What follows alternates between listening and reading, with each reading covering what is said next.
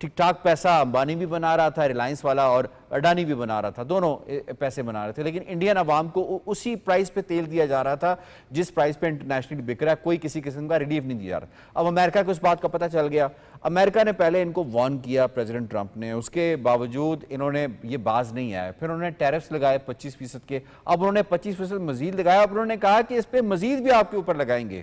تو یہ ایک قسم کا بہت بڑا سبق ہے ہندوستان کے لیے کہ جس طرح کی ڈرامے بازیاں وہ کرتے تھے پوری دنیا میں وہ بری طرح سے ایکسپوز ہو چکے ہیں. اس پر ذرا بات کریں گے, لیکن سب سے پہلے آپ کو ذرا شارٹس دکھا دیتے ہیں. جناب, کانگریس اس حوالے سے کیا کہتی ہے, مودی کیوں خاموش ہے؟ We all have seen how Narendra Modi ji has gone out of his way to campaign for President Trump. He called him his best friend, his international ally, and he's going to bring the best for our country. The question is really simple.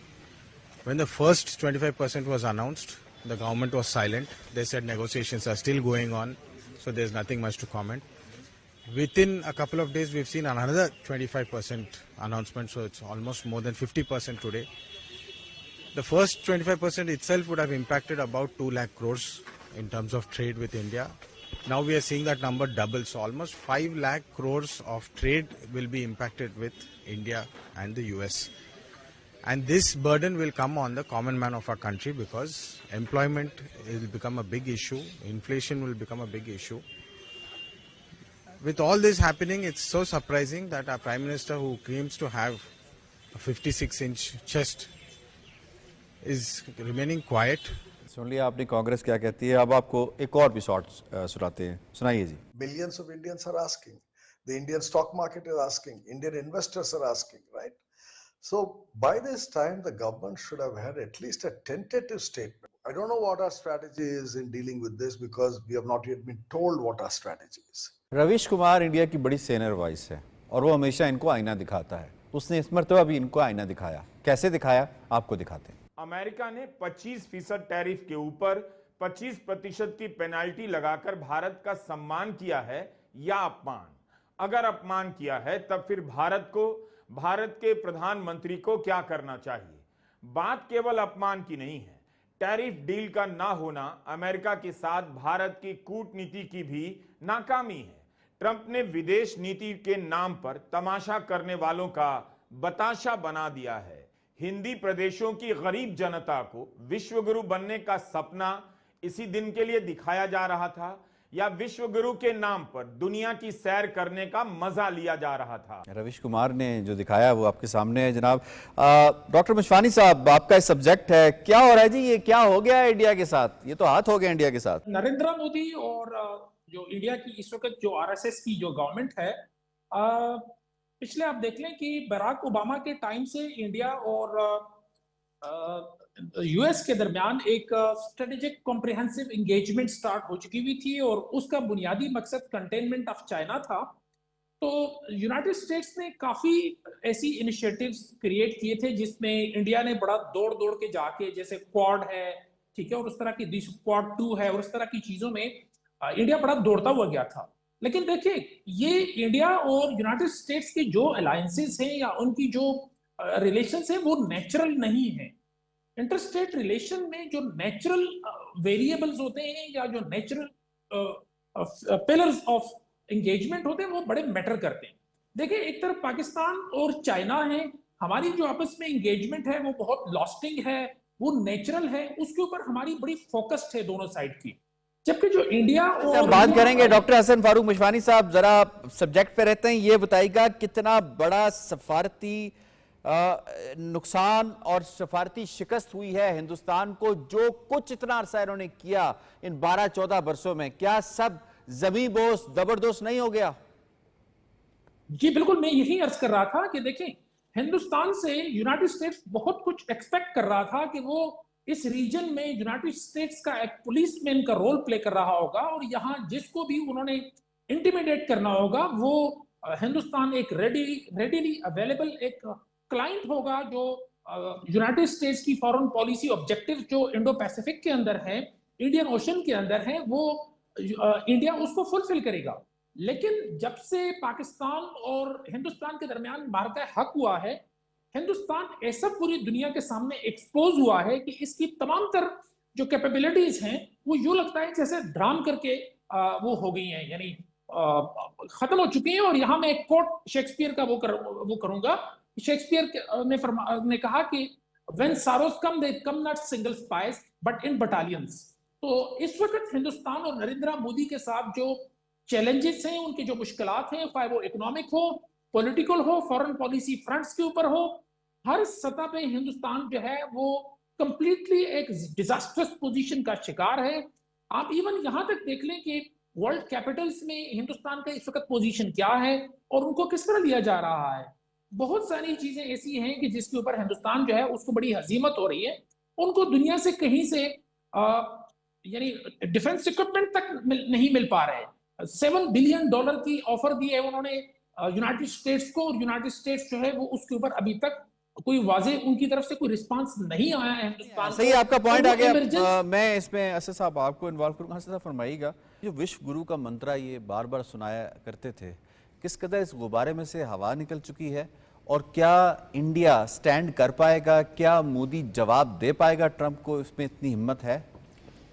All right Yasir صاحب، ایک میں آپ سے یہ کہوں گا کہ ایک جو ہارڈ کور کرمنل کو ان انڈینز نے اٹھا کے پرائم منسٹر بنا دیا، بی جے پی اس کو لے کر آ گئی. اور چاہے جیسا بھی آپ کر لیں، تعلیم بنیادی تھوڑی سی ہے، اور اس کے ساتھ پھر چائے کا ساری زندگی اس نے ٹھیلا چلایا. چلے وہ بھی بری چیز نہیں ہے، اخلاقیات نہیں ہے نا. Please listen, do you think کہ ایسا شخص جو ہے اس لیول پہ چلا جائے گا اور یہ سارا اور اسٹیٹس مین اپنے آپ کو ڈکلیئر کر دے گا؟ No, not at all, it is not possible. حقیقت میں آپ سے بتاؤں کہ جس کو کہتے ہیں نا نریندر مودی یا B J P is last nail in the coffin of Indians. میں آپ سے یہ بتاؤں، اور ان انڈینز نے جنہوں نے بی جے پی کو ووٹ دیے وہ بھی میرا خیال ہے اپنے منہ کے اندر شرما رہے ہوں گے کہ ہم نے what have we done actually. اور دوسری چیز آپ سے بتاؤں، اگر آپ کو یاد ہو، ایک دو دفعہ ٹی وی انٹرویوز کے اندر ان کا جو فارن منسٹر جے شنکر، وہ بڑا پراؤڈلی اس نے نا پاکستان کو بیلیٹل کرنے کی کوشش کی 1-2-3 انٹرویوز کے اندر.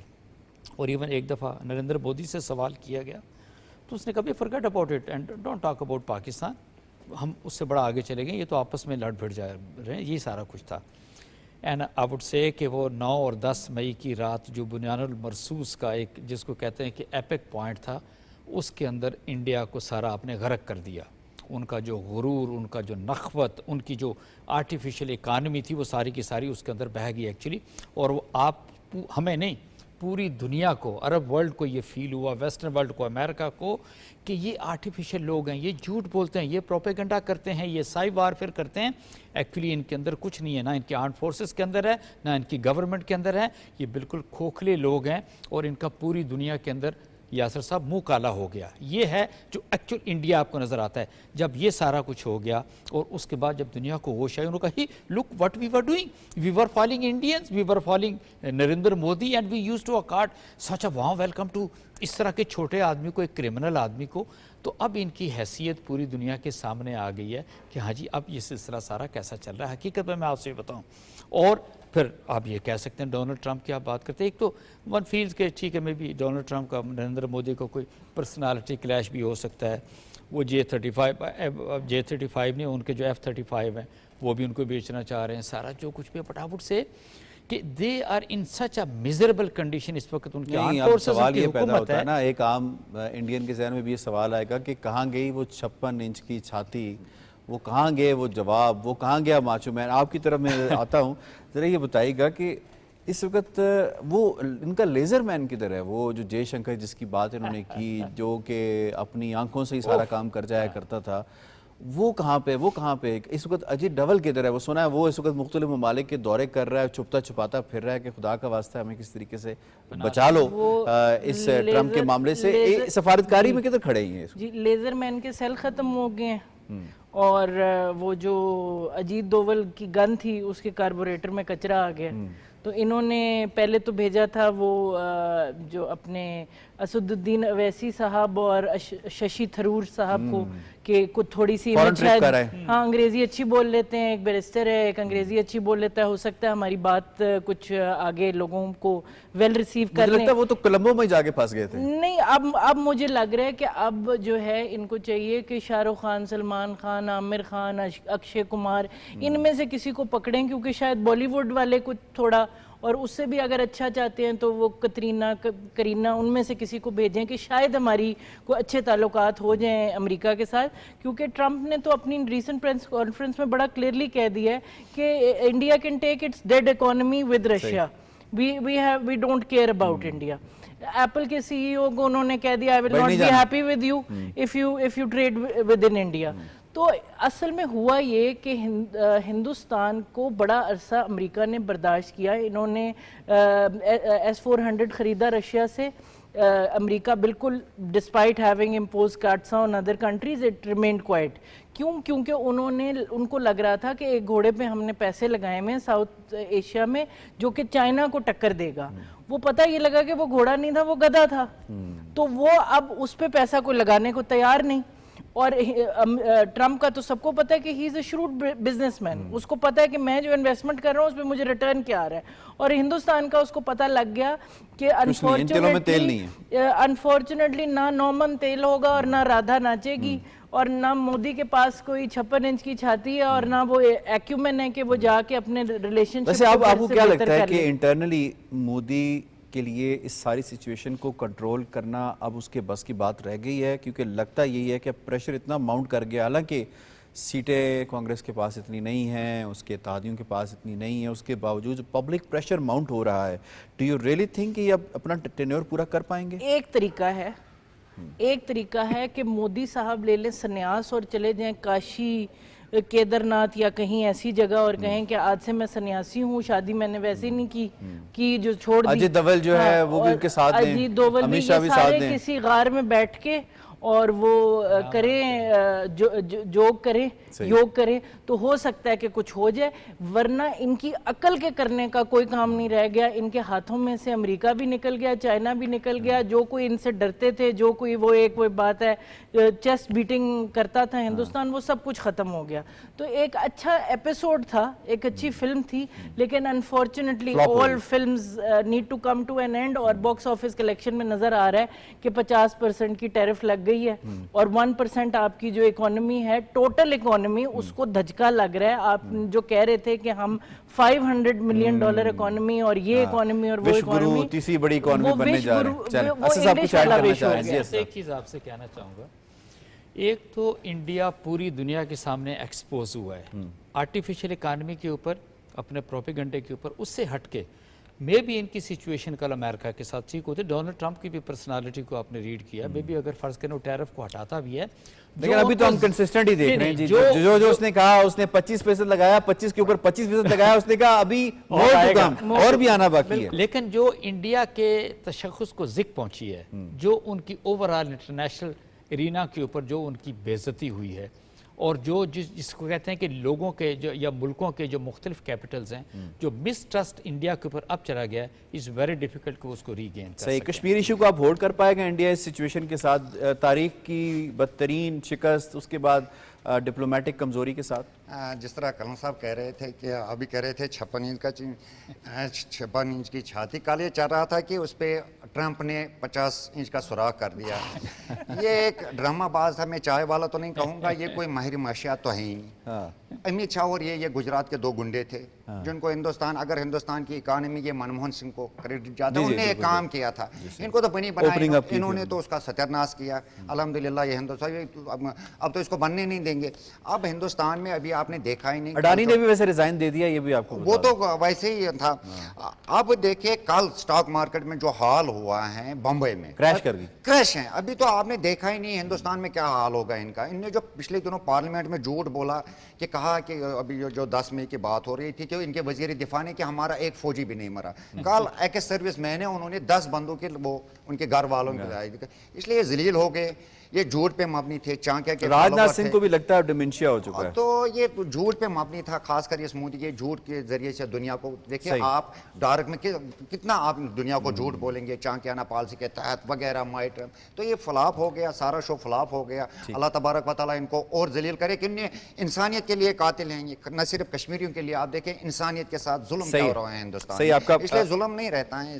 پوائنٹ آپ کا آ گیا, ظلم جب حد سے بڑھتا ہے تو مٹ جاتا ہے. یقیناً یہ تاریخ اس بات کی گواہ ہے. آئی ہیو ٹو وائنڈ اپ. شکریہ ادا کرنا اپنے معزز مہمانوں کا. آج کے پروگرام کے حوالے سے تجزیہ, تبصرہ, شارٹس آپ نے ملاحظہ کی. پروگرام کشمیر ٹوڈے سے اتنا ہی. یاسر رحمان کو دیجیے اجازت. اللہ نگہبان.